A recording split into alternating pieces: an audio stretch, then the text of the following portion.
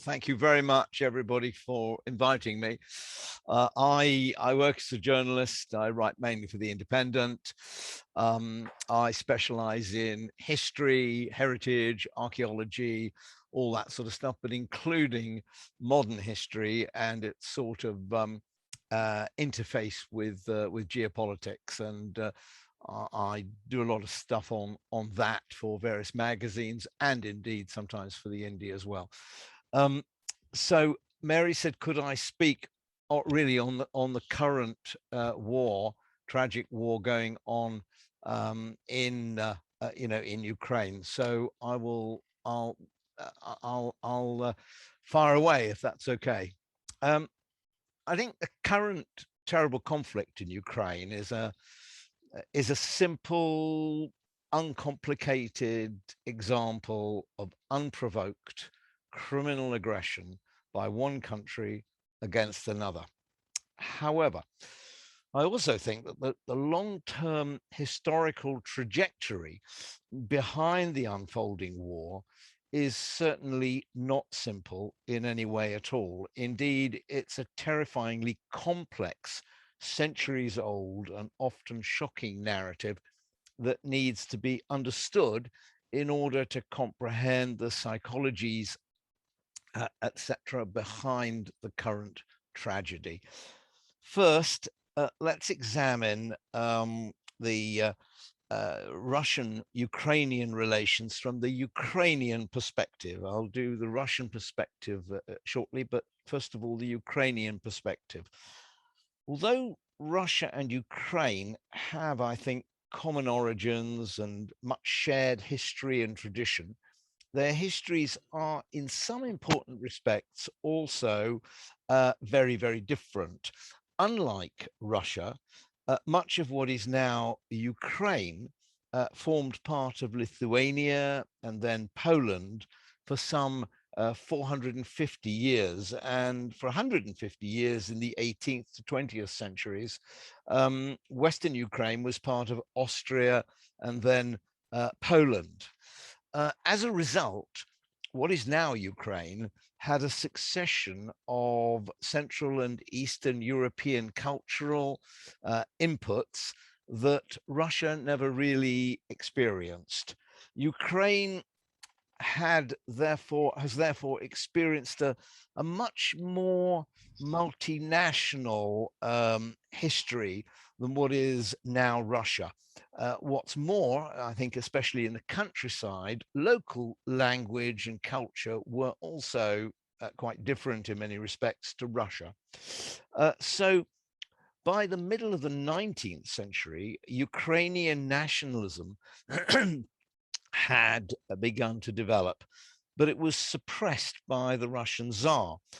Then, when the Tsar was overthrown in 1917, Ukraine declared its independence from Russia, but after just a few years, that independence was militarily snuffed out by Soviet Russia's Red Army in a as I said, by the Red Army. But worse was to come. In the 1930s, the Soviet dictator Joseph Stalin killed around 4 million Ukrainians in a genocidal campaign of mass starvation, quite deliberate mass starvation. During World War II, and by the way, on that campaign of mass starvation, that genocide, modern Russia has not recognized that that was a genocide, which is obviously extremely offensive position to take as far as the Ukrainians are concerned. During World War II, around 7 million Ukrainians served in the Red Army, and they played a key role in the Soviet defeat of Hitler. Indeed, the Red Army had 350 Ukrainian generals and field marshals. It was an absolutely crucial part of the war effort. Then, post-war, Ukrainian identity as one of the Soviet Union's 15 socialist republics increased markedly, in fact. And when the USSR broke up in 1991, Ukraine decided to become independent. Then in post-Soviet times, Ukraine has become increasingly angry with Russia because of a series of post-Soviet threats and territorial seizures, and culminating really in the current war. So that's the historical background from the Ukrainian perspective. But what about the history of Ukrainian-Russian relations from a purely Russian perspective? Uh, Russia suffers, I think, from a sort of geopolitical identity crisis. For hundreds of years, Russia was both a country and an empire. And the confusion between those two identities lie, I think, at the very root of the present war. Most of what is now Ukraine used to be known as Little Russia. And as modern Russia, that's to say Big Russia, Great Russia, pushed south and conquered the Ottoman aligned Khanate of Crimea, which was much bigger than just Crimea, what is now southern Ukraine came to be known as New Russia. Modern Belarus was known as White Russia. And together with Great Russia, that's today's modern Russia, and Little Russia, was regarded as a common Russian homeland, those three Russias.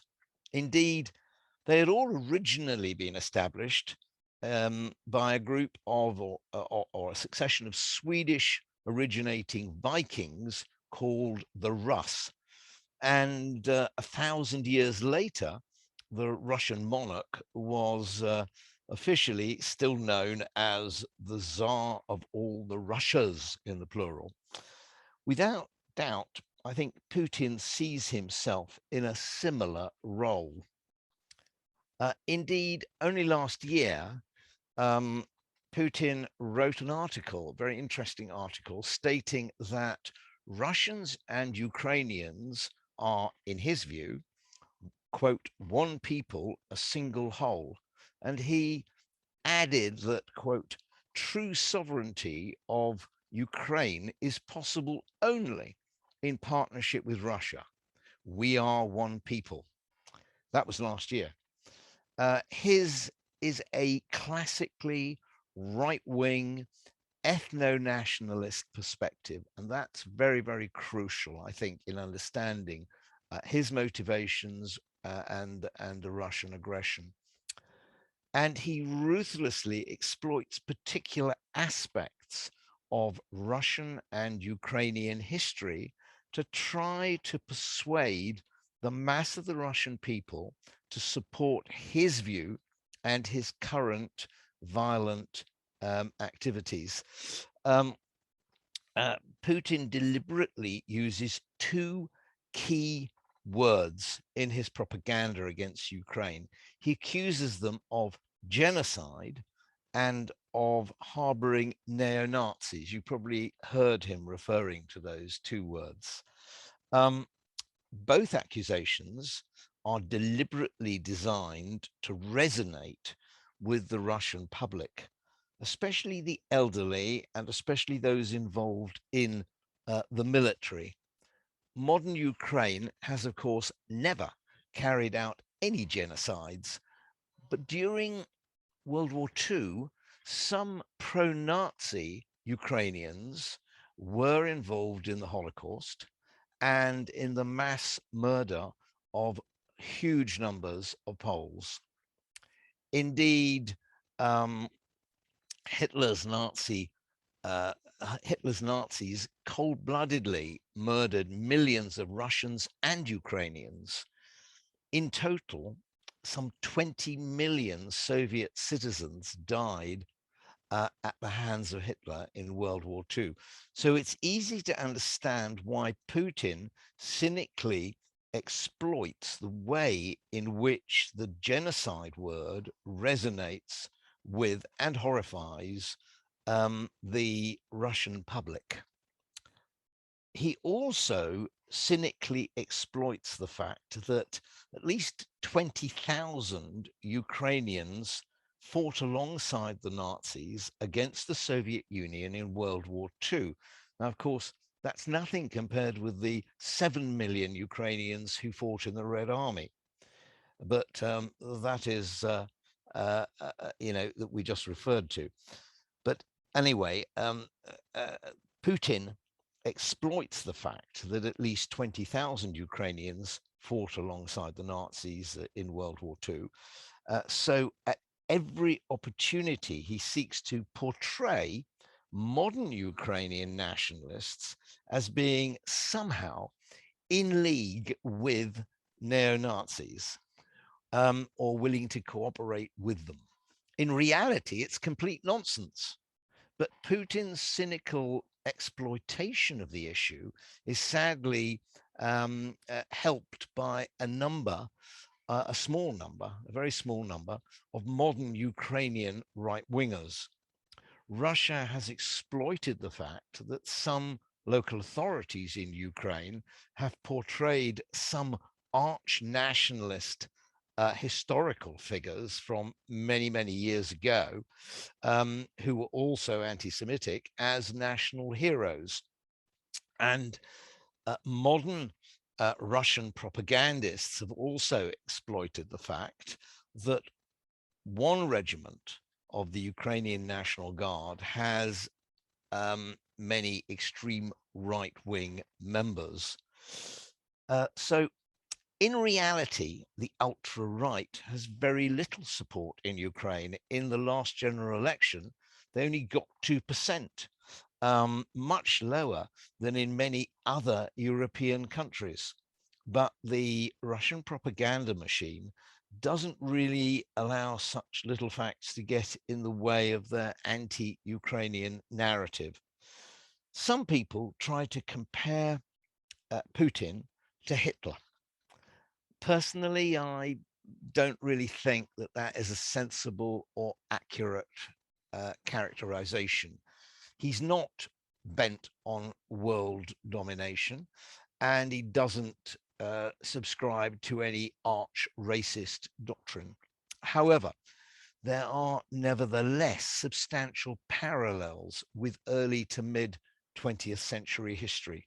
Firstly, both Germany in 1918 and Russia in 1991 experienced an almost instant loss of their empires. What had been German and Russian for centuries was suddenly removed from them when Germany lost World War I and Russia lost the Cold War. Those are important parallels. The right wings of both nations wanted a rematch.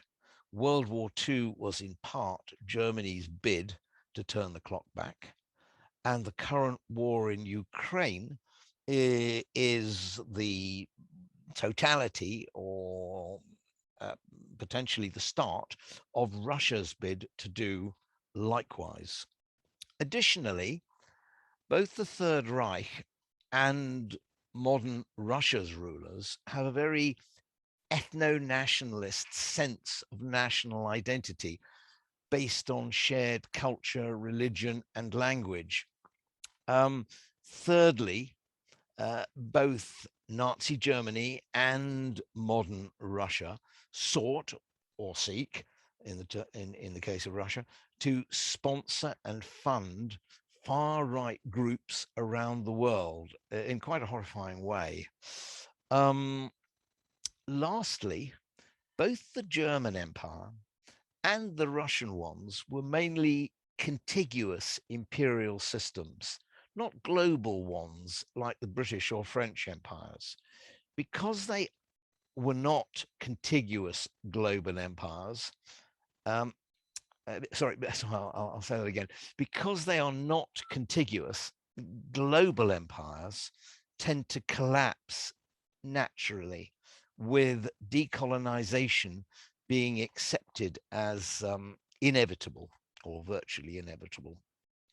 But contiguous empires like Tsarist Russia or its successor state, the USSR, or indeed modern China, can't fall to pieces in such consensual ways because their rulers often fool themselves that they are nations rather than empires.